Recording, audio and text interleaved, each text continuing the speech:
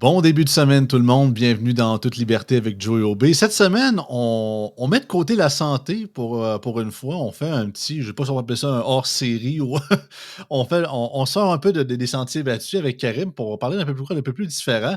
Politique pas mal pure, on parle de référendum. Non, on ne viendra pas sa constitution pour ceux qui tripent sur Yann et Frank. On en a parlé amplement avec Frank Pian. Non, on parle en fait, c'est un sujet que Karim m'a amené, puis c'est vrai qu'on n'entend pas beaucoup parler dans les médias. On parle beaucoup de c'est ça, si le oui arriverait, puis la possibilité d'un référendum, mais si jamais ça passerait, si on a vraiment plus que 51%, si le vote sur le référendum arriverait et que par la suite, il y aurait vraiment une majorité claire, qu'est-ce qui se passe après? C'est pas par magie tout d'un coup, vous, pays, venez pas nous écœurer. Il y a beaucoup de titillage derrière et même beaucoup de questions juridiques entre le Nouveau-Québec et le reste du Canada et le fédéral. Donc, on explique un peu tout ça, de ce qui pourrait potentiellement arriver et c'est pas si simple que ça. Fait qu'on en parle ce matin dans En toute liberté.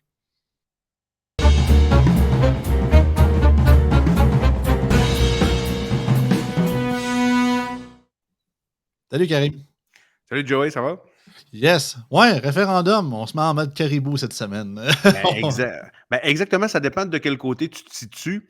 Tu sais, puis je me suis dit, je vais faire un cadeau à mon bon ami Joey cette semaine, parce que, tu sais, je sais, toi, t'appartiens pas juste à la droite, là, la petite droite un peu molle, là, La, qui dro- veut la- juste. la- la droite de Québec dite libertarienne, C'est comme ça, dirait exactement. Mathieu Bocoté. Tu sais, toi, t'es vraiment un amoureux profond de la nation, là, un vrai homme de droite qui est prêt à mourir pour sa nation. Donc, je me suis dit, on va entrer dans un autre sujet, faire sa part.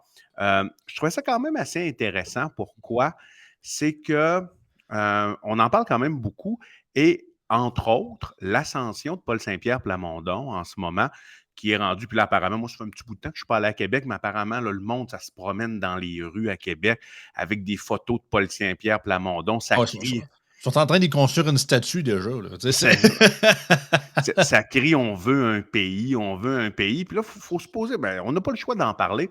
Et un autre aspect qui m'amenait à en parler, c'est que je me rappelle très bien à la suite de la dernière élection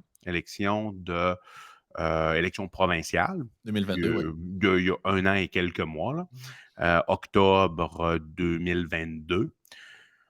Euh, je me rappelais qu'une des idées que j'avais eues, puis quand on discutait dans des focus group au parti, c'est-à-dire la prochaine question de l'urne va fort probablement être autour d'un sujet caribou. Puis on le voyait venir parce que tu avais comme, même si on savait que la CAQ, François Legault allait être élu père, on va l'élire père de la nation, mais tu avais quand même Paul Saint-Pierre Plamondon qui montait tranquillement, qui a bien saisi l'opportunité lorsqu'il y avait eu la voleuse de pamphlets. Ah, Et quand ben, tu penses que l'avenir du Québec pourrait. Tu sais, des fois, on ben, parle de. Excuse-moi de te couper, mais tu sais, des fois, on écoute mettons, Retour vers le futur, ou peu importe, tous les films reliés au voyage dans le temps, puis on dit il y a comme un moment dans l'histoire que si telle personne ne fait pas telle affaire, ouais. tout change. Quand tu penses, parce que c'est une fille qui a volé un dépliant d'une boîte aux lettres, tu te dis, My God! Et c'est assez intéressant, ça, parce que l'histoire de l'humanité est un peu faite comme ça. Quand tu regardes Ben oui! l'histoire de la science, tu as toutes sortes de découvertes fortuites. À un moment donné, un gars en sciences qui se mettait à faire des expériences, il cherchait dans un sens, puis finalement, il a trouvé quelque chose qui était complètement euh, out of range de son sujet, puis il a gagné. Tu sais, je veux dire, c'est un chimiste qui a gagné un prix Nobel en médecine. Tu sais, je veux dire, c'est des genres de choses comme ça. Puis, moi, je ne suis pas un souverainiste personnellement, mais on voit que au Québec, c'est très difficile de se défaire de la position autonomiste. Puis il y a des fois des gens qui posent la question pourquoi le PCQ s'intéresse à cette question-là. Il devrait juste parler d'économie. Moi, l'économie puis le privé en santé, ça m'intéresse beaucoup plus que Ben oui. la question autonomiste personnellement. Mais il faut quand même être conscient que au Québec, c'est très difficile de se défaire de cette Ah non, question-là. c'est ça. Tu peux pas. You're in or you're out. Là, tu sais, avoir une Exact. position. Là, on essaie d'avoir une troisième option que tu vas parler dans quelques instants, mais c'est ça, dans le débat constitutionnel, tu ne peux pas avoir de position là-dessus au Québec. C'est quasi impossible. Absolument pas. Et la troisième option, elle est beaucoup je veux dire, elle est beaucoup en ce moment occupée par la CAQ, la Coalition Avenir Québec. Donc, c'est assez. Donc là, il faut que tu sois meilleur que la CAQ sur l'aspect de l'autonomiste, plus rassembleur, inclure plus les Anglos, plus les immigrants. Tu marches comme un Facile. peu sur un fil de fer. C'est quand même très difficile. Donc là, ce que j'ai décidé qu'on allait parler, puis tu sais, je veux dire, merci de m'en donner l'opportunité.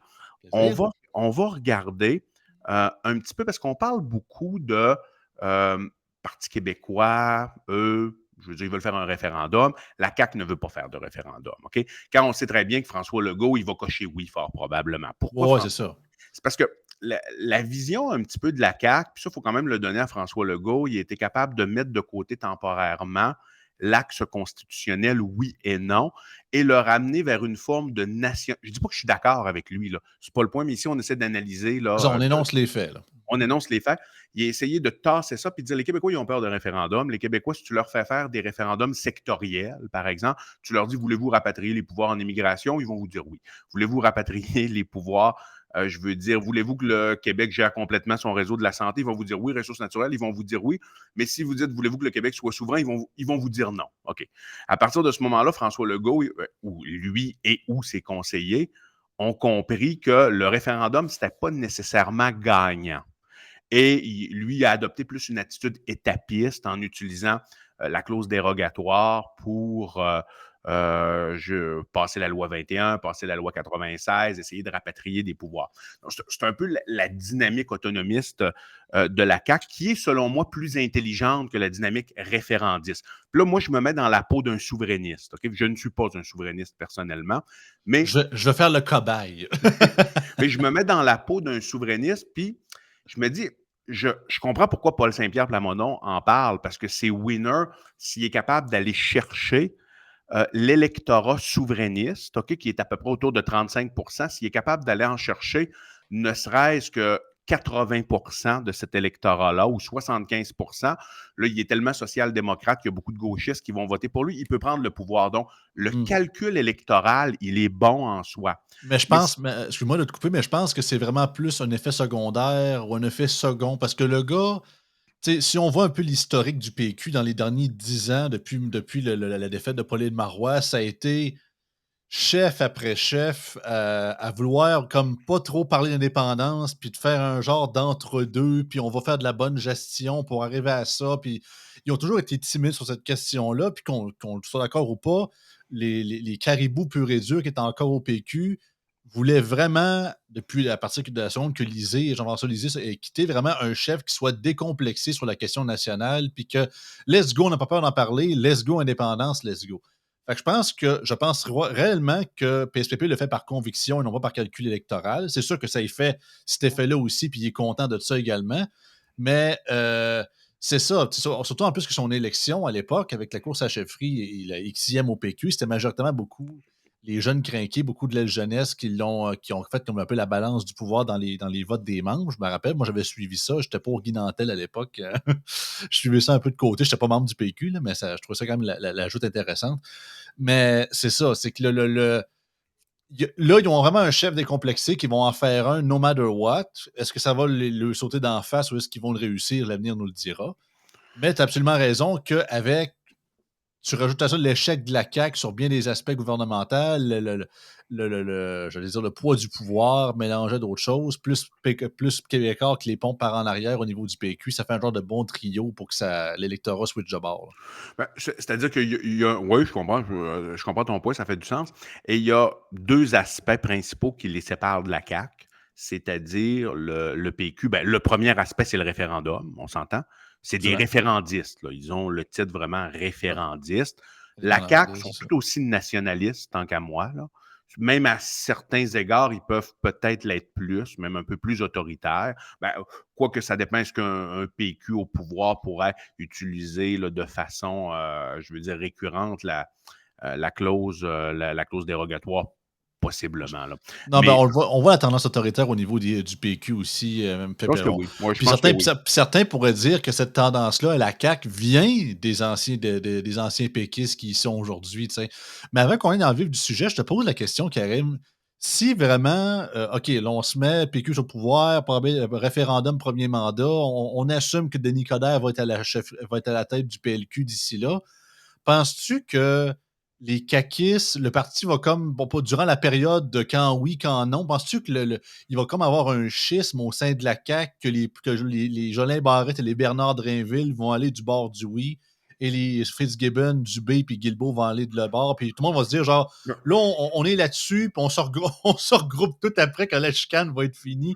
Parce que Non, moi, je vois pas la CAQ vraiment positionnée d'un côté comme de l'autre. Je pense vraiment que soit ils vont OK. vouloir asseoir entre deux chaises, puis ça ne marchera pas du tout, ou Legault, ou peu importe qui va être là encore, va lui dire regarde, pour cette question-là, on laisse nos membres ou les gens du parti choisir quel bord qu'ils veulent, on ne se positionne pas officiellement là-dessus.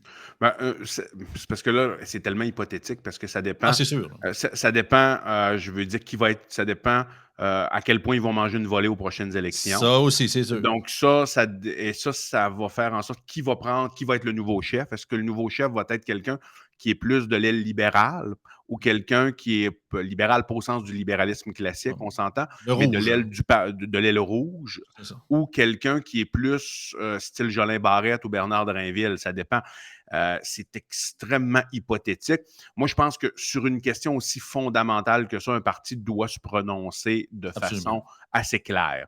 Tu sais, ce que là, un parti dise, bon, la moitié d'entre nous sont de ce côté-là, l'autre moitié de ce côté-là, C'est c'est une pas très fort. coalition, c'est dans le nom. Fait qu'à un moment donné, C'est c'est ça. sûr que c'est ça. Hein. Exactement. Mais tout ça est à l'avantage de Paul Saint-Pierre Plamondon et de Denis Coderre, qui va potentiellement être le prochain chef là, du PLQ si, je dis si la tendance se maintient, il n'y a même pas de tendance, là. Mais je veux dire, mais disons, je pense que ça va réveiller, je pense que ça peut être extrêmement mauvais pour le PCQ parce que ça peut réveiller beaucoup là, Ouais. les libéraux, disons. Mais tout ça, comme tu dis, puis le dernier point que je voulais amener avant de tomber vraiment dans le vif, l'intense du sujet, puis regarder sur le plan juridique, qu'est-ce que ça implique, une victoire d'un référendum. L'autre point, c'est-à-dire il y a le point référendum qui différencie la CAQ et le PQ.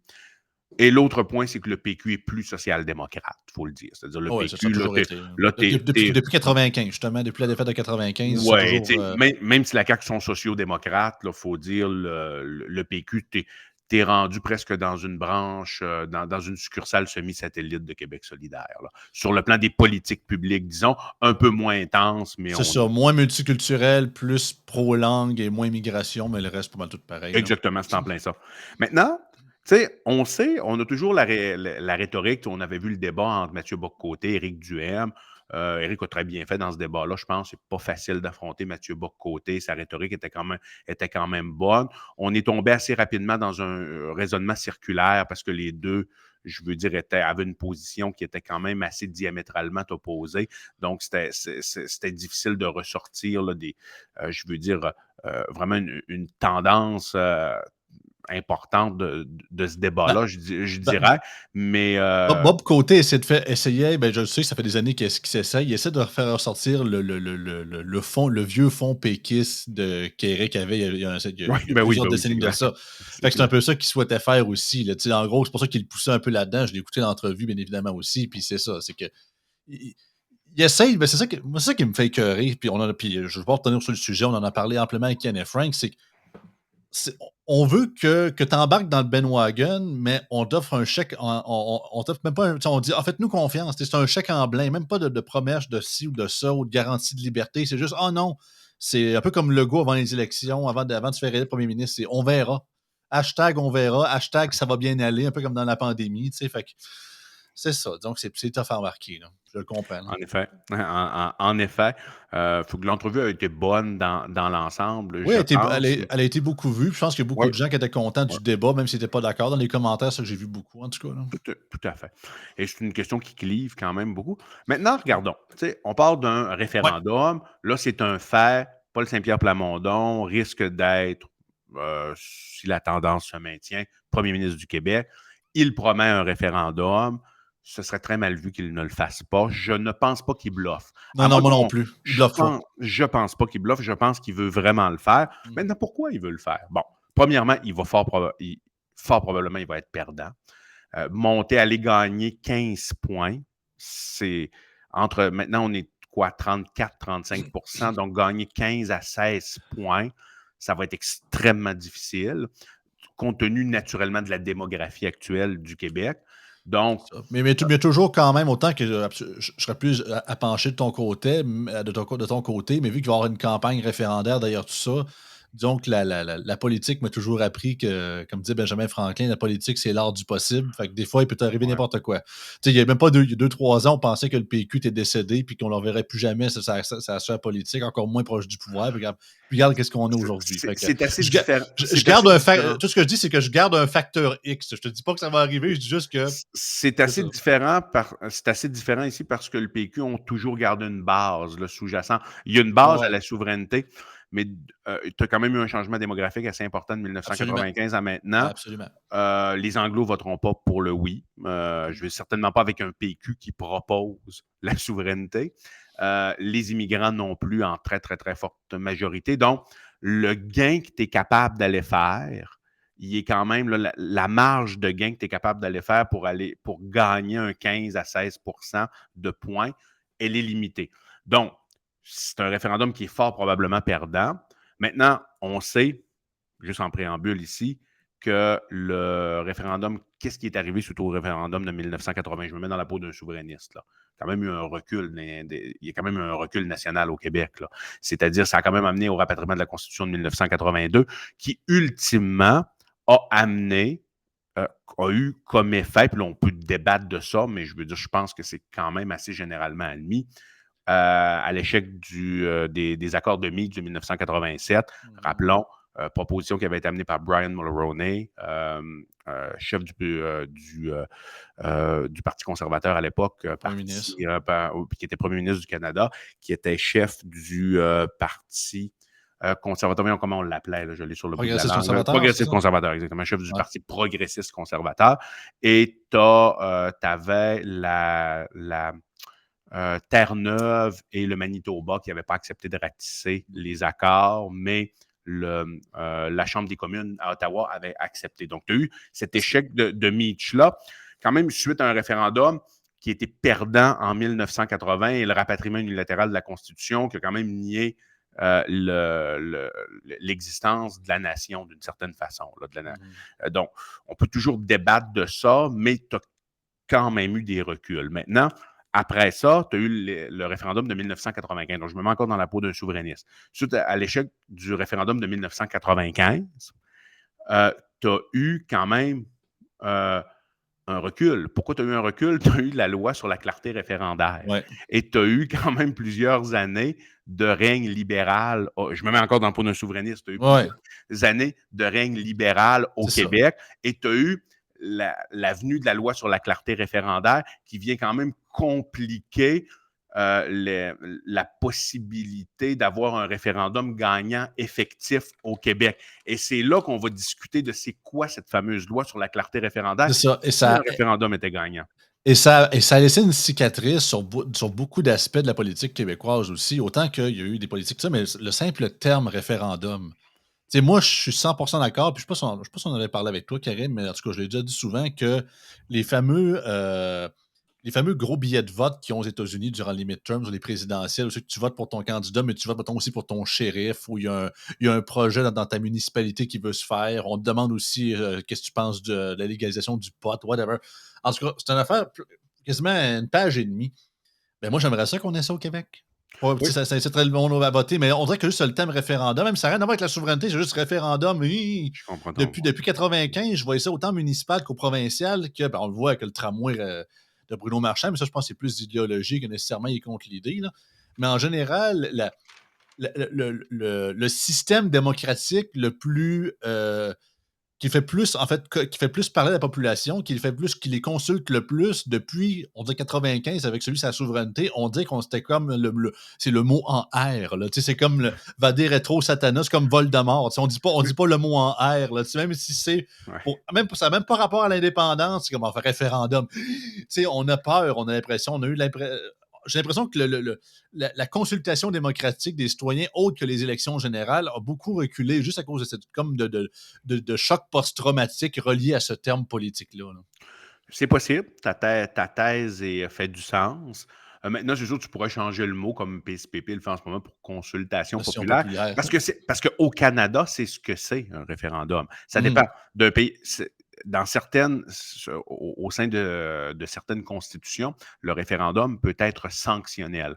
Au Canada, il faut bien le dire, et c'est ça qui nous amène vers c'est quoi les conséquences, parce qu'il y a des conséquences d'un référendum perdant, ça on les a déjà vécues jadis.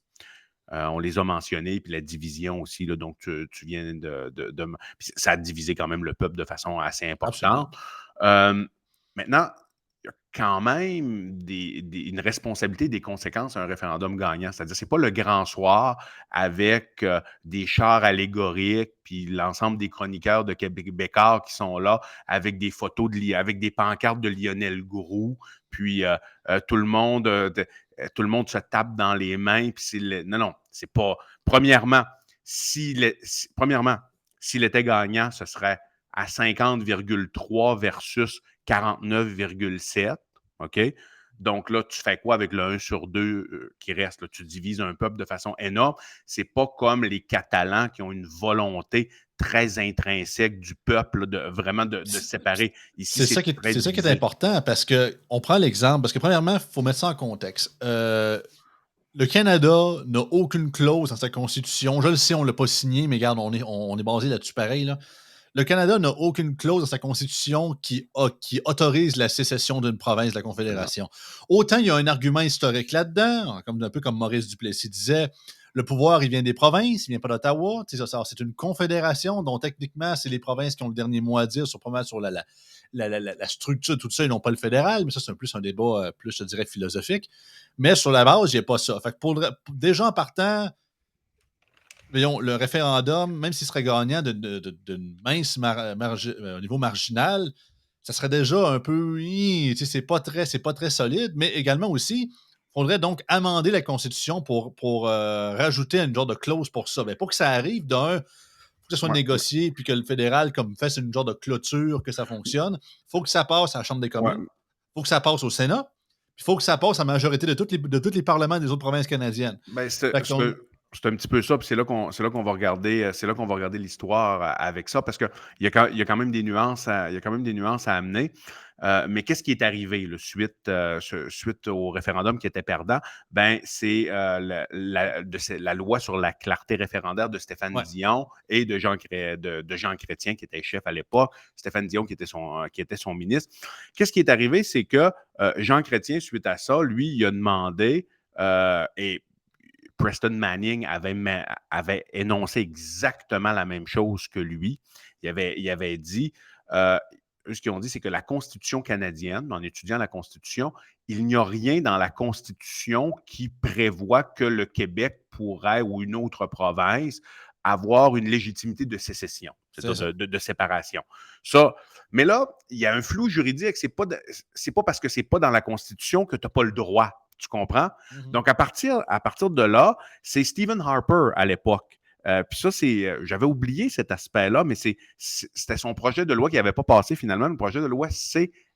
341. Stephen Harper, qui était député, on s'entend, là, il était jeune à l'époque, il était député, il était encore loin d'être premier ministre, mais il ne s'était pas opposé à cette affirmation parce que lui, ce qu'il avait dit, c'est que une règle de sécession éventuelle d'une province canadienne devrait se faire de façon légale et nécessitera un amendement à la Constitution. C'est C'est Stephen ça. Harper qui avait dit ça à ce moment-là. C'est Et vrai. suite à ça, parce qu'on l'a comme oublié, mais c'était Harper qui l'avait dit. Et là, Chrétien a dit OK, c'est bon. Donc là, qu'est-ce qu'on va faire? On va renvoyer ça à la Cour suprême, ce qu'on appelle le renvoi à la Cour suprême. Donc, ils ont demandé, ils ont saisi, le gouvernement chrétien a saisi la Cour suprême et il a dit qu'est-ce que vous pensez de ça? Parce qu'il n'y a rien, selon nous, dans la Constitution qui prévoit une sécession, mais il n'y a rien qui l'empêche Pêche, c'est vraiment. ça. Donc là, à partir de ce moment-là, comment on peut se baser? Donc, tu demandes au plus haut juriste du pays de se prononcer là-dessus. Et le 20 août 1998, la Cour suprême, les questions qui étaient posées à la Cour suprême, c'est à savoir, puis là, je les ai justement ici, parce que je ne veux pas dire n'importe quoi, c'est quand même un sujet qui est important ici. Euh, les questions sur le renvoi à la Cour suprême, je les sors ici.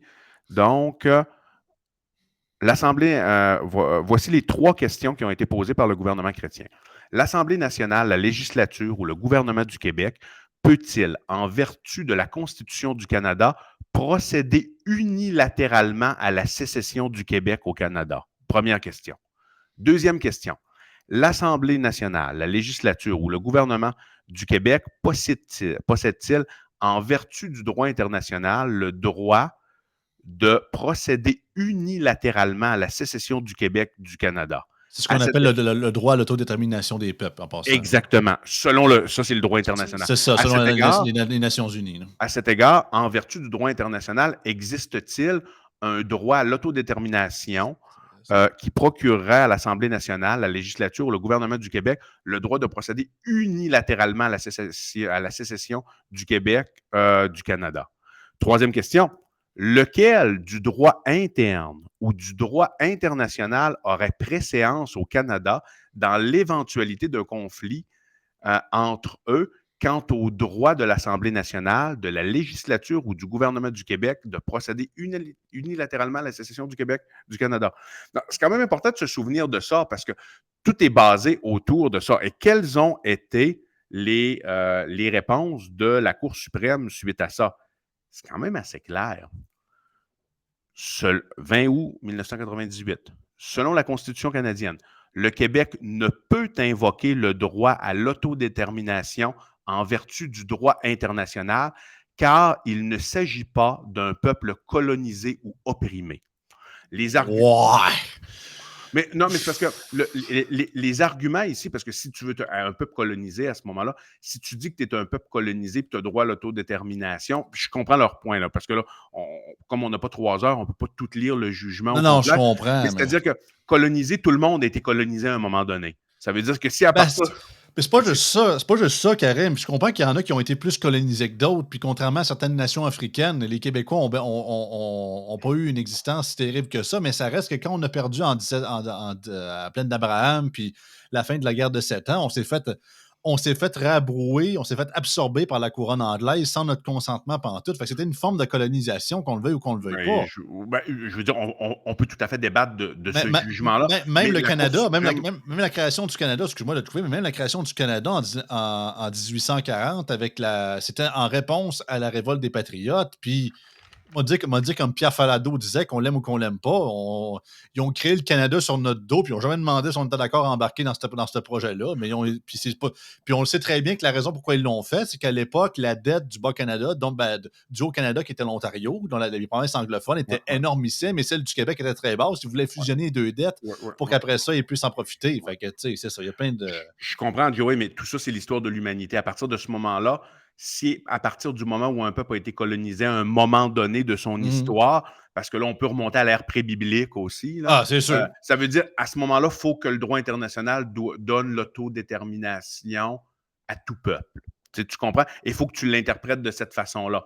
Je te dis pas que c'est mauvais comme vision des choses, là, mais à partir de ce moment-là, il faut que tu donnes le droit à l'autodétermination à tous les peuples. La façon que la Cour suprême l'a vu, c'était plus dans la perspective où est-ce que tu n'es pas opprimé. C'est-à-dire, tu peux être juge, tu peux accéder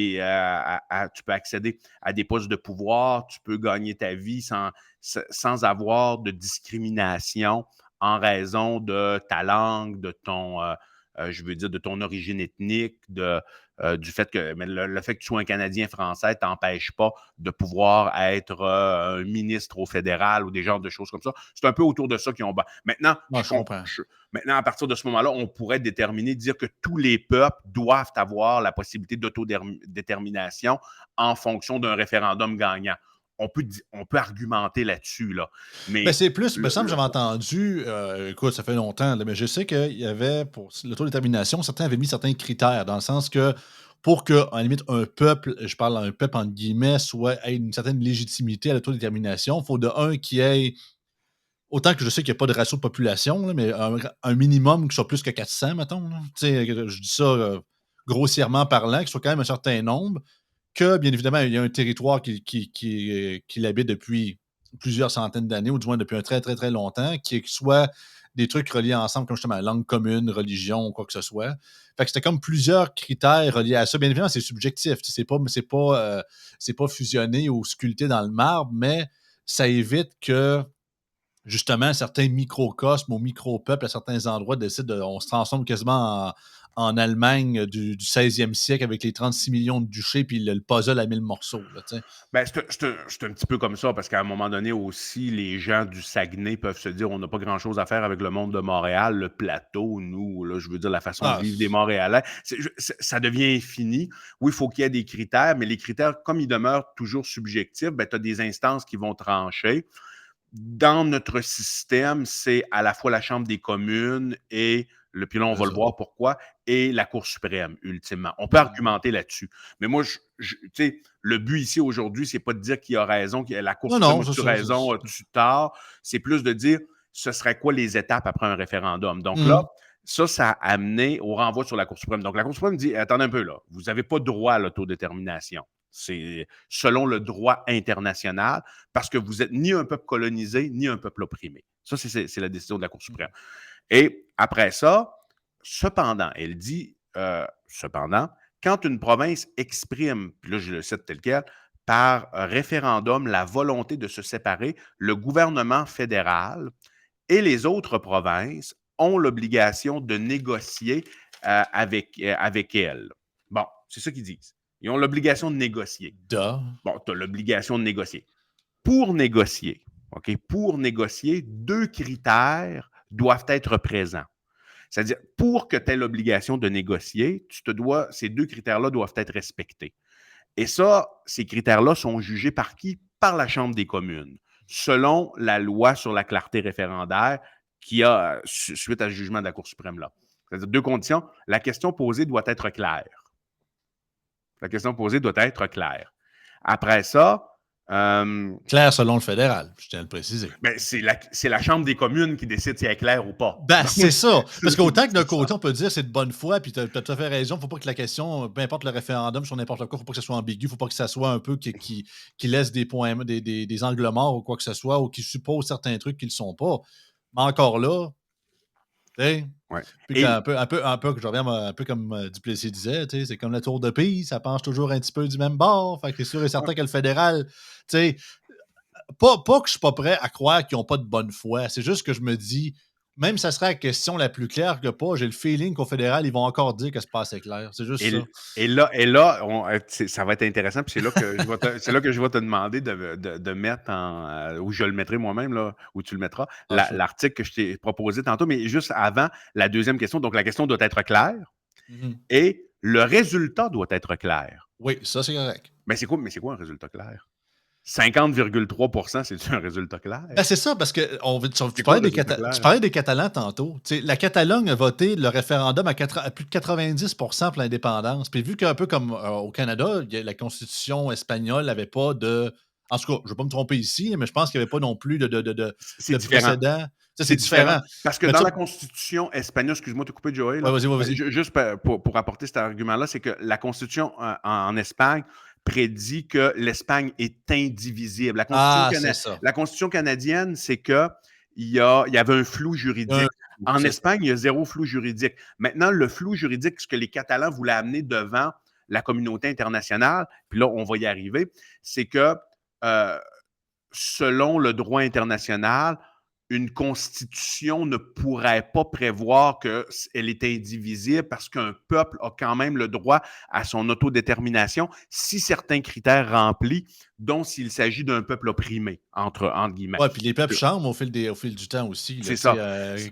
rien peut être figé dans le marbre jusqu'à l'infini non plus. Puis juste pour dire, c'est que c'est ça, c'est qu'ils ont voté à 90%, puis l'Espagne a fait I don't care. Tu sais, Oui, ben, même hey, si ils ils se peuvent sont fait ignorer les laminer. résultats. Fait que c'est pour ça que, comme tu le dis, la question est légitime. Ben oui. Qu'est-ce qu'un résultat clair? Même, mettons, là, on parle d'une margine d'un score marginal très faible, mais mettons que justement, c'est l'inverse. Ça vote oui à 60%. Tu dis 60%, c'est quand même plus que la moitié, on s'entend. C'est quasiment c'est l'inverse de 80 finalement. Mais Là. là, tu peux toujours tergiverser en disant est-ce que 60% c'est suffisant pour affirmer? Parce que 60% pour faire un tramway ou un troisième lien, c'est une chose, mais est-ce que 60% c'est suffisamment pour dire qu'il y a vraiment une volonté C'est ça, générale du peuple québécois. du peuple québécois, de l'État plurinational québécois à faire la sécession? C'est toujours la question, là, construire un pont à 50 plus 1, moi, j'ai pas de problème, mais diviser, démantibuler un pays du G7, du G8, La euh, la seule logique que je verrais, c'est un peu dans les décisions, dans les parlements, parlement britannique ou les parlements de Westminster, quand c'est vraiment des décisions importantes, souvent, ils font ce qu'ils appellent des votes aux 2 tiers. Fait que est-ce qu'on pourrait utiliser cette même logique-là? Ça prendrait un minimum du 2 tiers, donc on parle de 66 et en montant. Tu sais, je comprends, c'est pas parfait, là, mais tu sais, c'est ce que je vois le seul affaire qui est ouais, semi-logique derrière cette logique de ouais. décision importante là. Fait Mais que je pense qu'il faudrait qu'il y ait potentiellement quelque chose comme ça, parce que 50 plus 1, là, ça devient, tu fais quoi avec le reste? C'est moitié-moitié. c'est ça, là. Puis, ce que la Cour suprême rajoute aussi, c'est la question de l'intégrité du territoire et Mmh. sa partition est considérée comme une matière négociable Mmh. avec prépondérance à l'État fédéral. C'est ça la décision. Donc, ça veut dire quoi? Ça veut dire que tu vas faire une partition. C'est sûr que le fédéral se mettra à jouer de cette façon, puis je les comprends, c'est-à-dire les territoires autochtones. Puis les territoires autochtones sont imbriqués un peu partout à l'intérieur de la Ben, province. Donc, tu aurais une. le comté d'Ongava, qui est quasiment la moitié du Québec, là, tu sais, c'est le nord québécois au grand complet, c'est vraiment qui longe la baie James jusqu'à Coujouac, quasiment genre pour joindre le Labrador. Ben, ça a voté non au dernier référendum en majorité en 95. Et Oui, plusieurs pensent que, bien évidemment, le nouveau pays du Québec n'aurait pas le choix de négocier avec les tribus autochtones parce qu'ils ont leur territoire à eux autres là-bas, même si c'est sur le territoire du Québec malgré tout. Fait que est-ce qu'il y aurait plusieurs pensent que la frontière du Québec, comme on voit toujours, qui longe les rives et tout ça, ça se peut peut-être que ça soit pas tout à fait pareil à la fin de ces dites négociations-là. Parce qu'il tout y en à a des, fait. il y a des tribus autochtones qui vont vouloir rester, il y en a qui vont rien savoir. Fait que ça va être, entre guillemets, un peu un chiard à ce niveau-là aussi. Puis un effet qu'on n'a pas entendu parler non plus, puis c'est un peu le, autant qu'on peut supposer encore là ici, mais un peu comme à la Parizeau, qu'en 95, il s'est fait élire pour ça, puis il a perdu, puis il a quitté. Ben, plusieurs pensaient et pensent que, regarde, c'est sûr que les réalités ont changé, mais quand même, la logique d'un si un référendum, mettons, à une forte majorité ou même gagnant dans un Québec indivisible ou quoi que ce soit, ben, plusieurs penseraient que le premier ministre canadien en place, peu importe qui serait, démissionnerait très fort, en tout cas très fortement à la suite d'un résultat gagnant comme ça. Fait qu'il y aurait possiblement une nouvelle élection fédérale reliée à ça potentiellement aussi, ou un chef intérimaire qui gérerait le gouvernement succédant ou quoi que ce soit pour négocier avec le Québec. Fait que ça chamboulerait quand même du côté fédéral puis du côté canadien aussi. Il y a autant qu'on peut supposer, puis on peut dire ah non, il va rester pareil. L'avenir nous le dira, mais disons que il y a beaucoup de variables, on va dire ça comme ça. Ouais, tout à fait. Et ça, tu sais, donc là, la loi sur la clarté référendaire, elle est issue, je veux dire, je la lirai pas là, tout au complet, là, Mhm. on va plutôt là, aller de l'avant parce que, je veux dire, elle répète à peu près là, les jugements de la Cour suprême qu'on vient de déterminer. Mais ce qui est intéressant ici, c'est que le Québec a quand même répondu euh, euh, euh, par une loi le 13 décembre 2000, qui est la loi 99. C'est sur OK? Bouchard, ça, je pense, 2000. Exactement, oui, Ouais. exactement. C'est que Lucien Bouchard, lui, ce qui il décrit cette loi-là comme étant une charte, comme une charte des droits politiques du peuple québécois. On s'entend, là, c'est du discours politique. Mais qu'est-ce qu'elle fait? Cette loi-là, elle énonce qu'une majorité simple de. Puis ça, c'est une loi, je veux dire, de l'Assemblée nationale québécoise. Là, c'est Mhm. pas, la Cour suprême ne s'est pas prononcée sur Non, cette non, c'est le loi-là. Québec qui a légiféré là-dessus. Exactement. Elle énonce qu'une majorité de 50% des voix plus une constitue une expression claire au droit du peuple québécois de disposer de lui-même. Elle revendique aussi le droit à l'intégrité territoriale de la province de Québec. Donc, c'est une loi québécoise qui a été votée au sein de l'Assemblée nationale du Québec qui va à l'encontre du renvoi à la Cour suprême et également de la loi sur la clarté référendaire. C'est une loi purement symbolique dans le but de faire un genre de Tout à fait. punchback à la réponse fédérale. C'est Tout ça. à fait. Et ce qui pourrait être intéressant d'avoir un nouveau référendum, juste pour s'amuser intellectuellement, c'est que là, la Cour suprême devrait probablement se prononcer à nouveau sur l'ensemble de ces lois-là, en l'occurrence la loi 99. Donc, juste sur l'aspect intellectuel, disons que ça peut quand même être intéressant. Mais moi, je trouve que ça n'en vaut pas la peine. Là. Je ne veux pas qu'il y ait de référendum, mais sur le plan intellectuel, ça peut quand même être Oui. assez intéressant.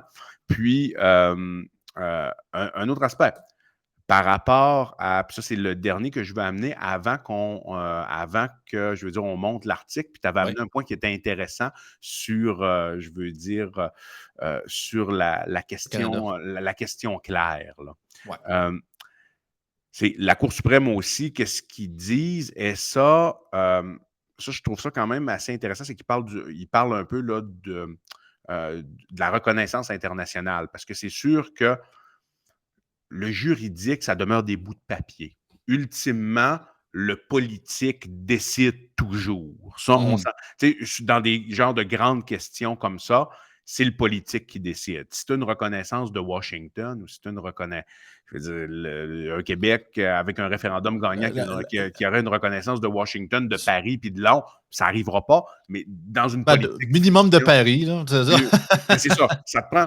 Ce que la Cour suprême dit, il dit même si la sécession unilatérale d'une province de facto irait à l'encontre de la Constitution, la reconnaissance de la communauté internationale pourrait en changer l'issue.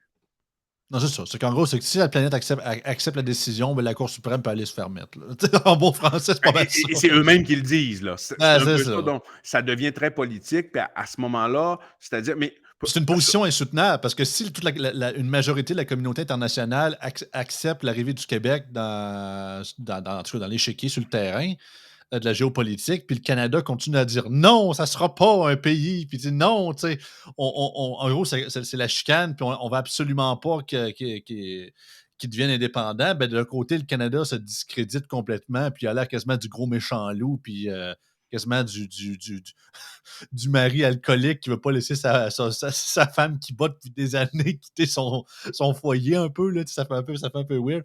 Mais ouais, c'est la perception qui est envoyée au niveau politique, là. tout, C'est pas soutenable. tout à fait. Donc, à partir de ce moment-là, tu as besoin. C'est là que. Pourquoi je voulais amener un peu ça aujourd'hui, c'est pour regarder c'est quoi les étapes post-référendum. De un, référendum serait fort probablement perdant. S'il est perdant, tu fais reculer les intérêts du Québec. Que tu sois un autonomiste non souverainiste comme moi ou que tu sois un souverainiste, tu fais reculer les intérêts du Québec fort, fort, fort probablement. S'il est gagnant, êtes-vous prêt à vous embarquer dans tout ça? Ben, ça fait Parce que partie du processus, c'est ça l'affaire, c'est ça. la négociation va être tumultueuse. Le Canada ne reconnaîtra pas. Non, c'est automatique. Et est-ce que le Canada aurait des pressions internationales pour reconnaître un référendum gagnant avec une très faible majorité, démantibuler un pays comme ça? Quel serait l'intérêt de Washington? Quel serait l'intérêt de Londres? Quel serait l'intérêt de Berlin? C'est sûr qu'on pourrait, Mais à la le limite, facteur central de tout ça, Karim, c'est vraiment le pourcentage. En gros, c'est ça, c'est que le référendum, s'il serait gagnant, c'est à combien de pourcentage? Je pense que tout découle de ça. Parce que si, là, on fabule, bien évidemment, on suppose ici. Là, mettons le référendum, on le gagne à 80. ça devient C'est- difficile. Ça non, non, devient c'est difficile ça. pour Ottawa à ce C'est moment-là. ça. Puis de un, c'est ça, la communauté internationale serait d'accord en grande majeure partie. Puis je pense que c'est ça, c'est que le processus d'après-victoire va vraiment dépendre du pourcentage d'après le 50, bien Et évidemment. encore une fois, il faut que la question soit claire parce que la communauté C'est sûr. internationale, s'ils disent que la question n'est pas claire, et là, on va C'est regarder sûr. ça. Je les ai Oui, sortis, là. j'ai ça ici. Je Les le as-tu? partage. Mais je Oui, je les ai l'ai. sortis les questions. Je vois juste avant. Bon, la question de. J'ai sorti la question de 1980. Ah, OK, OK. Ah, ben On là, parle. c'est un paragraphe et demi. Veux-tu la lire au complet? Ouais? Non. Hey, je veux dire, 1980, c'est tellement alambiqué. J'invite les gens à aller la lire, c'est trop long, là. Ah OK? non, c'est ça, c'est Et long. même, ça propose un deuxième référendum. Donc, juste pour dire, là, on est vraiment dans le pas clair. Ça, c'est clair. Puis même la question, je veux dire, même la question de 1995, c'est acceptez-vous que le Québec devienne souverain? après avoir offert formellement au Canada un nouveau partenariat économique et politique dans le cadre du projet de loi sur l'avenir du Québec et de l'entente signée le 12 juin 1995. Ben, je pense pas que c'est clair, moi, pour monsieur, madame, tout le monde qui vont faire un crochet, oui ou non, là. Par rapport à la question sur le Brexit, pour se séparer de l'Union européenne, c'est pas très, très clair, cette question-là, même si elle est beaucoup plus claire que la question de 1980, comme tu dis, Joey, qui avait un paragraphe et demi, mais même celle-là, elle porte ambiguïté. Est-ce que ça, pour monsieur, madame, tout le monde, qui va faire un X dans une boîte, dans une urne, puis qui met son petit papier, est-ce que ça veut dire que le Québec a une armée, a des frontières? Ouais, mais tu peux pas mettre Est-ce ça que, dans tu une sais, question, Karim, là. Tu c'est, sais, à la limite, c'est le mot indépendant qui manque dans la question. Tu sais, c'est mettons, parce que encore là, au début, on dit vraiment, tu sais, veut que le Québec devienne souverain, mais ça peut être souverain n'importe quoi. On peut être souverain en agriculture, on peut être souverain aussi. Je suis d'accord avec toi qu'il y a de la nuance à faire là-dessus, mais si on commence avec une question, puis encore là, je dis ça, j'y ai pensé à peine 15 secondes, là, que souhaitez-vous que le Québec devienne une nation indépendante? Nanana. Déjà, en partant, c'est plus clair. À la limite, tu peux rajouter une phrase et demie comme ils ont fait, selon l'entente de nanana, de telle date, telle date. Mais déjà, c'est plus clair. Fait faut qu'il que reste. faut, parce que là, c'est pas clair. Est-ce qu'il était.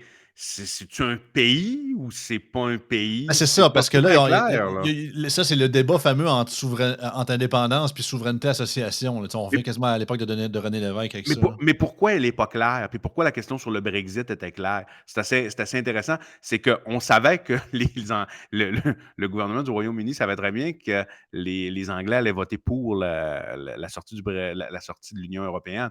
Tandis que, je veux dire, en 1980, René Lévesque savait très bien, puis c'est sûr, je veux dire, ils font des sondages, ils font des focus group, là, ils savaient très, très bien que plus la question est claire, moins tu as de chances d'avoir un oui. Même chose pour Jacques Parizeau à l'époque, qui était, quand on lit un peu sur la question, là, Jacques Parizeau apparemment était plus en faveur d'une question très claire. Lucien Bouchard était plus en faveur d'une question qui avait des notions un peu plus alambiquées parce qu'il savait que la chance d'avoir un référendum gagnant avec une question très claire, exemple, voulez-vous vous séparer, là, tu diminuais de façon significative. C'est un peu ça, mais là donc, Oui. l'article, c'est ça qui a fait en sorte que j'ai fait un petit peu plus de recherche là-dessus. C'est Clarté référendaire, PSPP et Pratt ont tort. En surfant et en tapant euh, parce que à travers le PCQ, là, je m'intéresse là, à ça là, en ce moment parce qu'on prépare des choses, mais je suis tombé sur cet article-là, puis je le trouvais quand même assez intéressant. Je ne le connaissais pas du tout, là, Guillaume Rousseau. C'est quelqu'un qui a un doctorat en droit de l'Université Paris-La-Sorbonne et en ce moment qui enseigne à l'Université de Sherbrooke. Je ne sais pas c'est quoi son allégeance politique, tout ça. Mais peu importe, je pense Je qu'il est quand m'en même assez, fous. il est quand même assez dosé de ce que j'ai pu lire Oui, là-dessus. exactement. Puis là, ce qu'il dit en gros dans cet article-là, c'est qu'ils ont tort un peu toutes les deux, PSPP et André Pratt, parce que les deux se sont comme affrontés. Le point de ce qu'on dit ici, là, selon le chef caquiste, il n'y a personne au Québec qui doute qu'un gouvernement du Parti québécois posera une question claire sur l'avenir du Québec dans son mandat. Pourtant, André Pratt lui a répliqué, pardon, il y en a plein de Québécois qui doutent de cela. Pourquoi? Parce que le PQ a eu 2 occasions de poser une question claire aux Québécois et ils l'ont pas fait. Bon, donc oui, dans ce sens-là, mais ce que M. Rousseau dit également, c'est que la notion de la question claire, puis pourquoi PSPP a tort? Ben, en raison de ça, mais pourquoi André Pratt a tort aussi, c'est que la notion de la clarté de la question, des fois, tu peux penser qu'elle est très claire et elle ne l'est pas. Puis la notion, quand il fait, puis moi, je ne connaissais pas du tout la question qui avait été posée en ce qui a trait au Brexit, mais la question, elle était très, très claire. Là. Ça veut, autrement dit, là, ce que ce que le gouvernement anglais a posé au sein du référendum pour la sortie du Royaume-Uni de l'Union européenne, c'est très clair. Est-ce que grosso modo, ça veut dire voulez-vous vous séparer de l'Union européenne? C'est une phrase très courte. Mais suite à ça, la question est tellement pas assez complexe qu'au sein des négociations avec l'Union européenne, ça tergiverse énormément parce que vous dites, oui, mais est-ce que se séparer, ça veut-tu dire qu'on se sépare d'un partenaire? Est-ce qu'on continue à avoir un partenariat économique? Si oui, de quelle façon? Non, mais ça se règle après, oui, parce que, tu sais, Oui, jamais. Tu sais, je comprends qu'on parle de juridique ici, là, on parle pas nécessairement. Là, on va faire mon Pierre Poilievre, le gros bon sens. Mais, tu sais, quelle nation, sa planète, dirait on se sépare, puis du jour au lendemain, on parle plus à personne? T'sais, on est en mode Japon de la période Edo, quasiment de 1500 à 1800 quelques, à part quelques Hollandais, le reste du temps, il n'y a personne qui va sur notre île. Tu sais, non, là. Tout le monde sait qu'il va y avoir des accords, il va y avoir de la négociation reliée avec ça, puis que s'il y a une séparation politique reliée à telle affaire.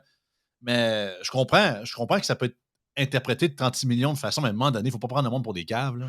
mais c'est que tu peux, autrement, le point ici, puis je pense que c'est un peu ça là, que Guillaume Rousseau voulait dire dans son article, c'est que de toute façon, la Chambre des communes, comme la Chambre des communes a souveraineté sur l'analyse de la clarté de la question et l'analyse de la clarté du résultat, ils peuvent utiliser quand même toutes sortes de subterfuges pour dire que la question n'était pas claire. C'est Comme ça. on le voit avec le Brexit. Je pense que c'est un peu ça son point. Absolument. Puis en parlant puis on pourrait revenir là-dessus, puis c'est un truc qui m'a quand même fasciné. Autant qu'encore là, on est dans la supposition, on n'a aucune idée qu'est-ce que. Parce que on parle souvent, bien évidemment, des effets que ça va avoir sur le Québec, autant négatifs que positifs, mais j'ai écouté plusieurs vidéos, autant en français qu'en anglais. Il y a beaucoup de gens sur Internet qui sont intéressés à la cause du Québec, de ce qui aurait pu arriver ou quoi que ce soit, ou ce qui pourrait arriver si jamais l'indépendance se produit ou quoi que ce soit, et les ramifications dans le Canada anglais que moi, je pas nécessairement. J'avais semi-pensé, mais je me disais, c'est vrai, on oublie ça. Parce que, je vous donne un exemple. Là, on a du fun. On est dans la politique fiction ici, mes chers amis. Welcome to Star Wars. Là, on a du fun. Mais, mettons que justement, le Québec devient indépendant, le Canada est coupé en deux. Là, il y a les provinces maritimes qui sont encore canadiennes. Il reste l'Ontario qui devient the province du pays. Mais là, j'ai fait un petit calcul, puis je vais vous le présenter dans un tableau pas très longtemps. Mais en fait, c'est sur Wikipédia. Au fédéral, on sait très bien que la majorité en tout cas, les Canadiens anglais se représentent plus davantage ou se reconnaissent plus dans la politique fédérale que provinciale. Il y a 338 sièges à la Chambre des communes. Enlever le Québec, c'est 78 sièges. Fait qu'on tombe à 260 déjà en partant. Fait que le Québec en moins, c'est 260 sièges au lieu de 338. Pour vous montrer ici, puis je vous le montre à l'instant, l'Ontario, qui devient la plus grosse province, déjà en partant, ben, regarde, pour avoir la majorité du Parlement, dans un Parlement à 260 sièges, ça prend 131 sièges. L'Ontario, déjà en partant, ils en ont 121 sièges. T'enlèves le Québec et j'ai calculé toutes les provinces de l'Ouest, donc la Colombie-Britannique, l'Alberta, Manitoba et Saskatchewan, ils tombent à 104. Fait que ça devient une politique fédérale très binaire. Autant qu'il y a un peu de députation dans les provinces des Maritimes, etc. Mais ça risque on parle bien évidemment de politique fiction, mais tu sais, il y aurait une possibilité que ça chamboule beaucoup et ça shake beaucoup la dite solidité de la Confédération canadienne Mhm. et que ça pourrait, je dis bien ça pourrait avec des gros guillemets, entraîner un genre d'effet boule de neige que finalement, le Québec, ça pourrait être la première pierre de l'éboulement, puis que tranquillement, mais sûrement, ça peut être sur une période de 5, 10, 20 ans, on ne sait pas, que le Québec pourrait être la première pierre qui tombe pour carrément que la Fédération canadienne se casse au grand complet. Tu sais, Mais qu'une partie des provinces de l'Ouest deviennent États américains, qu'on parle, par exemple, des provinces des Maritimes qui s'unissent dans une genre de République des Maritimes, vu qu'ils sont comme déconnectés du reste du Canada. Tu sais, il peut y avoir plein d'affaires, là. Mais tu sais, je comprends que je suppose ici, mais c'est quand même que ça aurait quand même un effet.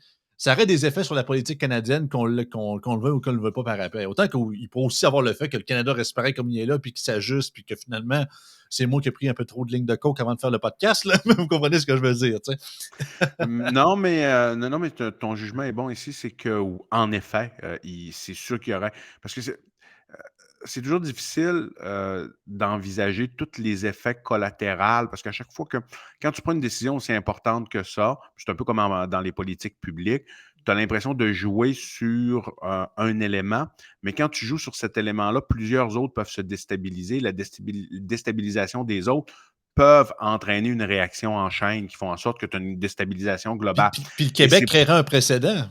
C'est ça c'est pour l'affaire ça. aussi. Et c'est pour cette raison-là que c'est sûr que le Canada ne se laisserait jamais faire. Ce serait, je veux dire, ce serait pratiquement à la vie, à la mort, tant qu'à moi. C'est ça, il serait Pour faire, forcé. Si ça arrivait, comme tu l'as dit, ça serait vraiment que ça serait forcé, tout dépendant du résultat. S'il y aurait une faudrait qu'il soit reconnaissance internationale, si Washington nous backerait, là, c'est sûr qu'il n'y aurait pas le choix. Mais ça, ça prendrait quelque chose comme ça, mais je veux hmm. dire, parce que tu parles, tu risquerais, comme tu dis, là, comme tu l'as bien expliqué, de déstabiliser un pays quand même important sur la planète. Là, on peut dire, oui, le Canada a pu. Non, non, ça demeure quand même une puissance moyenne et ça demeure quand même un pays qui est reconnu internationalement et ça demeure encore un phare de la démocratie sur la planète. Là. Quoi qu'on en dise, Le suffit de fort voir. est plus fort fort Ouais. des dernières années, là, mais en général. Là. Ouais, mais il suffit de voyager un peu quand même là, pour Oh, voir que ça demeure. Les institutions sont solides. Faire un coup d'État au Canada, c'est pas oublie ça, là, tu réussiras pas. Je veux même dire, quand le monde n'en font pas un, ils pensent qu'il y en a. C'est que... non, c'est un peu ça. Tu sais, je sais Euh, qu'il y a des gens qui fantasment un peu là, sur les régimes autocratiques, autoritaires, puis qui disent que là-bas, il y a plus de démocratie qu'ici quand même, non, c'est ça, puis qui j'embarque pas prennent, là-dedans. puis qui prennent des éléments là, très circonstanciels pour dire que, mais c'est pas vrai. Là. Est-ce que la démocratie canadienne est aussi en santé qu'elle l'était jadis? La réponse est fort probablement non. C'est ça mon Est-ce point. que est-ce qu'il faut attendre qu'elle s'effondre avant de se battre pour la garder? Clairement pas non plus. Là. Je veux dire, faut être vigilant, il ne faut pas attendre l'effondrement pour dire qu'il faut la reconstruire, mais il faut quand même faire attention. Il suffit d'avoir. Pour ma part, j'ai voyagé dans des pays autocratiques, là, Mm. puis disons, puis j'ai de la famille qui vivent dans des pays, disons, plus autoritaires qu'ici pas mal. Et c'est pas la même vie, là, Non, vraiment non, pas. absolument. Nos institutions demeurent quand même solides ici. Puis je conclurai ici rapidement en disant que moi, même si je ne suis pas un souverainiste, si je me mets dans la peau d'un souverainiste et j'aurais de la misère à soutenir ce mouvement référendiste. Parce que quand on regarde l'ensemble du mouvement, je veux dire, si j'étais un souverainiste, puis à 75% ça passait, je soutiendrais ce mouvement-là. Mais Mais c'est dans ça. les circonstances actuelles, je pense que l'option autonomiste que vous la préféreriez à la sauce caquiste avec la clause dérogatoire à tout bout de champ, ou plus à la sauce PCQ qui est quand même assez différente, c'est-à-dire l'utilisation de la clause dérogatoire, je veux dire, très sceptique par rapport à cette utilisation-là, à moins que ce soit pour une protection de la nation. Euh, je veux dire que tu as vraiment un danger énorme pour la nation. On pense que la CAQ l'utilise de façon beaucoup trop aléatoire, disons. Ouais. Et je veux dire d'utiliser un petit peu la méthode Daniel Smith, d'utiliser les instances démocratiques, c'est-à-dire les tribunaux, pour faire des gains, bâtir une loi sur, comme elle l'a fait là, sur le Sovereignty Act, qui peut-être, il y a des composantes non constitutionnelles, mais s'il y a des composantes non constitutionnelles, à partir de ce moment-là, elle va se faire renverser. Mais elle a déjà fait quand même des gains intéressants devant les tribunaux. Et euh, il y a Ben, moyen, à travers la Constitution canadienne, parce que la Constitution canadienne, il faut se rappeler, donne énormément de pouvoir aux provinces. Ce n'est pas parce qu'ils ont été bafoués beaucoup dans les 10 dernières années avec le gouvernement Trudeau qu'il n'y a pas de gain autonomiste important à ben, faire c'est ça. via nos institutions.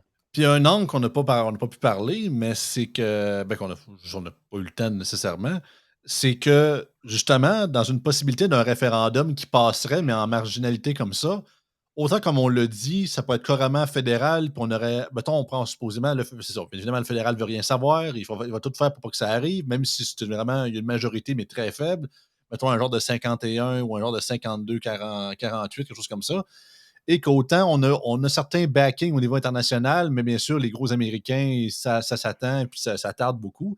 Bien, en gros, il y aurait possibilité quand même pour le Québec de genre négocier pour davantage de pouvoir sans nécessairement de devenir indépendant. Là. Tu sais, dans le sens que un genre de prix de consolation, entre guillemets. Là, tu sais, dans le sens que, tu sais, OK, on comprend. Autant que oublier ça, l'indépendance, vous ne l'aurez pas. Écoutez, c'est pas d'un, comme tu dis, c'est pas assez clair, puis on trouve pas que c'est assez que ça, mais Ouais. on comprend quand même qu'il y a quasiment la moitié du peuple qui trouve qu'ils sont Ben, assez craqués pour dire qu'on devrait sacrer si notre camp. tu Fait que ça veut dire qu'il y a de quoi qui marche pas. Fait que, Si tu le gagnes, je suis d'accord. c'est Si tu ça. le gagnes avec un faible pourcentage, tu n'auras fort probablement pas ton indépendance, mais tu peux faire des gains autonomistes importants. C'est ça. Ça, je suis tout à fait d'accord avec ton affirmation. Puis garde, puis je pourrais finir là-dessus, puis autant avec ma position d'indépendantiste là-dessus, puis regarde, j'en ai parlé amplement à quel point l'approche PSPP, puis l'approche péquiste de on tire sa plug puis on verra, là. Puis je pense que c'est tout base là-dessus, Karim, puis de toute notre conversation qu'on a eue depuis une heure, c'est que la position d'un potentiel référendum en ce moment-là ou dans 2 ans sur un gouvernement péquiste géré par PSPP, c'est qu'on part en position de faiblesse. On part vraiment avec une stratégie péquiste de faites-nous confiance, chèque en blanc. On n'essaie pas de convaincre, on n'essaie pas de mettre notre système sur le sens du monde, de remettre notre modèle en question, de si justement on fabule, là, mais un gouvernement péquiste ou whatever, indépendantiste qui se dit OK, ben avant de vouloir sacrer notre camp, un peu comme un général ou un général américain a déjà dit un jour, que je ne me rappelle plus de son nom, même un Jordan Peterson qui l'a dit, avant de vouloir changer le monde, commence par faire ton lit le matin. Fait que c'est un peu ça, dans le sens qu'avant de vouloir te séparer, commence par gérer tes affaires puis régler tes trucs. Après ça, OK, on a prouvé dans notre enclos, entre guillemets, provincial, qu'on est capable de gérer. On l'a prouvé. Les gens, voici les résultats. That's it. On est capable de gérer tout ça. Let's go, bading, badang, pow. Puis le monde embarque. Puis après Comme, ça, le potentiel d'un référendum gagnant, c'est quasiment une question secondaire parce que le monde embarque dans le mouvement. Mais là, c'est pas ça. C'est qu'on sait qu'on est dans la chenoute, puis c'est plus un genre de vite, vite, vite avant qu'on soit assimilé ou vite, vite, vite, c'est notre dernière chance pour les vieux caribous de réaliser leurs rêves sans même vouloir prouver au peuple québécois qu'on est capable de gérer nous autres mêmes de ben, manière justement libérale et démocratique. ben, Fait que pour moi, l'attitude autonomiste, c'est ça, en c'est réalité. ça. Et tu sais, je veux dire, ultimement, si tu es capable de t'émanciper de la péréquation, d'avoir une économie forte, je veux dire, d'avoir une croissance économique qui te permet d'être autonome sur le plan économique, d'avoir une forme de souveraineté énergétique aussi. C'est ça. À partir de ce moment-là, d'avoir je veux dire, des systèmes qui fonctionnent bien, que ce soit santé, éducation, Mm. qui sont très solides et qui n'ont pas besoin, je veux dire, de l'aide du fédéral. À partir de ce moment-là, je veux dire, ton État, il est à peu près Parce que, formé, parce là. que on prend l'exemple inversé. L'Alberta est en Christine meilleure position pour déclarer l'indépendance que le Québec. Ben oui. Si le Québec aurait justement, c'est lui qui donnerait de la péréquation aux autres provinces, ce ne serait pas lui qui en recevrait. Justement, leur économie roule, taux de taxation très bas, c'est quasiment eux autres le money machine du pays. Autant que je comprends que le fédéral ne voudrait pas non plus encore moins qu'ils sacent le camp, parce que toujours au lendemain, ils n'ont plus de cash, Ouais. quasiment. Mais tout ça pour dire que c'est ça. Puis moi, ma position indépendantiste, comme j'ai toujours fait, il y en a toujours qui me dit viens, Joey, qu'est-ce que tu fais au PCQ, t'es souverainiste. La manière que j'ai rationalisé ça, puis j'en ai déjà parlé En toute liberté à l'époque que j'étais un intervenant, les jeudis avec Yann, il y a de ça aussi d'un an, Ouais, c'est c'est vrai. que je me disais, autant que vous allez dire que je suis utopiste, mais il m'a dit comme certains autres, j'ai 29 ans encore, je suis encore jeune, laissez-moi.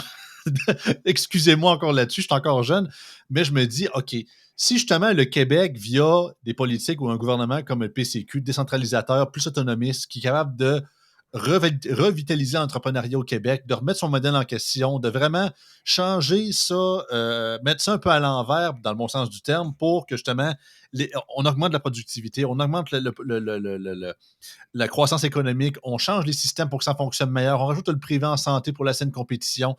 Moi, je vois ça à long terme, puis je comprends que ça peut être un travail de longue haleine, on peut parler d'une génération, peut-être même deux, peut-être même de plusieurs dizaines d'années, de plusieurs décennies. Mais je me dis, au fil de ça, le Québec, si par après devient, je ne dirais pas la province numéro un, mais devient beaucoup plus, réussit à plus être dépendant de la péréquation, prouve qu'il devient un leader économique et attire des investissements étrangers sur son territoire et apprend à se gouverner lui-même. Vous savez-vous quoi? Il n'y aura même plus besoin de parti québécois ou de souverainiste ou de caribou pour demander l'indépendance. L'idée de l'indépendance va venir d'elle-même. Parce que, C'est parce que, parce que justement, on serait rendu à un point qu'écoutez, on va être dans mon idée à moi, c'est qu'à un moment donné, on va arriver à un point que le Canada va plus nous nuire que d'autres choses. Puis c'est un principe du bras mort. Quand le bras mort, tu l'amputes après un moment donné. Puis c'est pas haïr le Canada pour autant, c'est que ça va venir tout seul, puis ça va se faire naturellement. Mais moi, c'est le même que ça. je vois ça. Puis moi, l'approche de vouloir le forcer, c'est d'un côté, c'est que tu le sais que ton peuple n'est pas prêt, mais tu veux forcer le destin d'une certaine façon. autant que je comprends qu'il y a une part de risque, comme dans n'importe quel deal ou quoi que ce soit, un peu comme au poker ou whatever, où l'histoire n'est jamais écrite à 100%, mais c'est ça. C'est que j'ai l'impression que c'est vraiment plus un genre de référendum de retour de nos idoles slash nostalgie d'une époque perdue D'accord. que nécessairement de vouloir convaincre en justement. Regarde, il reste 2 ans. Je pourrais aller voir si PSPP entend finalement nos messages après 1 an et demi, puis commence à se dire, ouais, finalement, une constitution, ça arrête de l'allure. Puis, ouais, peut-être qu'il faudrait remettre le modèle québécois en question. Écoutez, je pense pas que ça va arriver, mais mettons que ça arrive. Ben, c'est déjà un pas dans la bonne direction. Encore là, ça se réglera pas en 2 secondes. C'est un peu comme je dis tout le temps, alcoolique anonyme, étape 1, admettre ton problème. Parfait, tu t'es admis à toi-même que tu as un problème. À cette heure, on le règle comment? Puis ça va prendre des décennies à régler. Là. Mais c'est ça. C'est une question qui reste d'haleine. Toujours le fun pour les tribus de politique comme d'autres de jaser de ça, parce que c'est vrai que c'est plus. Qu'on l'aime ou qu'on n'aime pas la question référendaire, ça reste que c'est vraiment croustillant Tout à comme sujet fait. politique. C'est vraiment, pour les tripeux comme nous autres, c'est vraiment le fun. Puis regarde, ça montre que quand même, autant comme un gars qui est plus indépendantiste comme moi, puis que Karim qui n'est pas convaincu de son bord, on est quand même capable d'avoir des conversations pareilles sans se traiter d'amoureux des rocheuses, puis de tripeux de caribou, puis de ceinture fléchée. Tu sais. Ah, ben oui, ben Fait oui. que, c'est aussi simple que ça. Écoute, Karim, c'était vraiment le fun, sérieusement, cette semaine. Autant que c'est toujours le fun avec toi. Mon but, c'est pas de dire ça. Au contraire, la santé, c'est toujours bien important, bien évidemment. Mais c'est sûr que, bien souvent, un peu comme je le fais avec Pascal le vendredi quand il parle de ces sujets, souvent, je le laisse plus aller, puisque souvent, c'est plus lui l'expert dans le domaine, puis je suis plus en mode commentariat, mais c'est ça. Donc, je me sentais. On se sent un petit peu plus en terrain connu de mon côté pour ces questions-là. Puis c'est vrai qu'une fois de temps en temps, c'est le fun aussi. Fait que, je pense que les auditeurs vont apprécier quand même, parce que c'est vrai que c'est un angle que les médias ne parlent pas du tout. Puis même, je pense que les indépendantistes ne parlent pas du tout parce que, je vais terminer, là, parce qu'on on a dépassé l'heure, mais les péquistes ou justement les souverainistes, le lendemain du référendum, le Parti québécois va se dissoudre. Parce que justement, tout ce qui, un peu comme la CAQ, tout ce qui retient tous ces gens-là qui sont plus de gauche ou plus de droite, ou les Bob Côté ou un PSPP, c'est l'indépendance. À ce moment que c'est fait, Bob Côté ne sera jamais dans le même parti que PSPP. PSPP va être un genre de NPD du Québec, puis Bob Côté va être un genre de parti centriste caquiste. Tu sais. Fait que Et là, on est capable, les Québécois, de mettre Québec solidaire au pouvoir parce qu'on n'aura plus besoin du PQ pour la séparation. Et là, on va laisser exprimer notre socialisme mur à mur là, de Ah. façon Mais ça, déchaînée. je suis curieux de voir ça parce que comme en On est capable de le 95, faire, hein? ah, On est capable absolument. de le faire. On est Puis capable de le faire. j'ai hâte de voir parce que justement, avec le triumvirat qu'on avait en 95, tu avais Mario Dumont, Lucien Bouchard, puis Jacques Parizeau, Ouais, mais les trois avaient une ouais, vision de l'indépendance qui était différente chacun tout à l'autre. fait. Tu sais. Fait que j'ai hâte de voir. Bien évidemment, je suis sûr que la vision de PSPP, mettons une genre de Ruba Gazal ou d'un GND, va être différent. Mais comment ça va clasher, ça, je suis curieux de voir ça personnellement. Puis ça Ça va va être dépendre si, intéressant. mettons, la CAQ se range du camp du oui, c'est sûr que la vision d'indépendance va être plus une genre de souveraineté association. Fait que ça va encore clasher. Fait que ça. En tout cas, mon popcorn est déjà prêt. Ça va être le fun à regarder. Puis garde, j'ai hâte de voir aussi que parce que nous autres, c'est ça, au niveau du PCQ, c'est sûr qu'on va comme être en. Je sais que autant qu'Éric avait dit officiellement qu'on allait être dans le. En tout cas, de son côté, qu'elle allait plus être dans le camp du non, bien évidemment, si jamais la possibilité d'un référendum pourrait aller. Mais, regarde, il fera ce qu'il voudra, mais j'ai le feeling que ça va être plus un non soft qu'un non dur à la partie libérale. En tout cas, c'est mon feeling à moi. Je vais dire ça comme ça. Un peu comme le vote au fédéral, dans le sens qu'Éric, il dit moi, je suis conservateur, mais je dis pas au monde comment voter. J'ai l'impression que. En tout cas, Eric, c'est Eric, il dira ce qu'il veut. Il dira ses propres opinions, mais mon feeling que j'ai, c'est que si jamais ça arrive, voici comment je me positionne, comment le parti est, mais s'il y a du monde qui ne sont pas nécessairement à l'aise avec ça, Oh, c'est sûr que ça va être ça. C'est sûr et certain, mais comme c'est c'est ça. ça dans beaucoup, beaucoup de sujets. Ça, c'est sûr et Absolument. certain. Encore là, c'est le principe de liberté. Je pense C'est pas pas qu'on va une. commencer à être autoritaire le jour que la Non, question référendaire exactement. part, évidemment. Exact. Écoute, bon début de semaine, tout le monde. En tout cas, c'est un bon sujet pour starter la semaine. Ça nous revigore, ça nous met prêt. Fait que sinon, on se revoit la semaine prochaine pour un autre en toute liberté avec Karim lundi prochain. Bonne journée, tout le monde.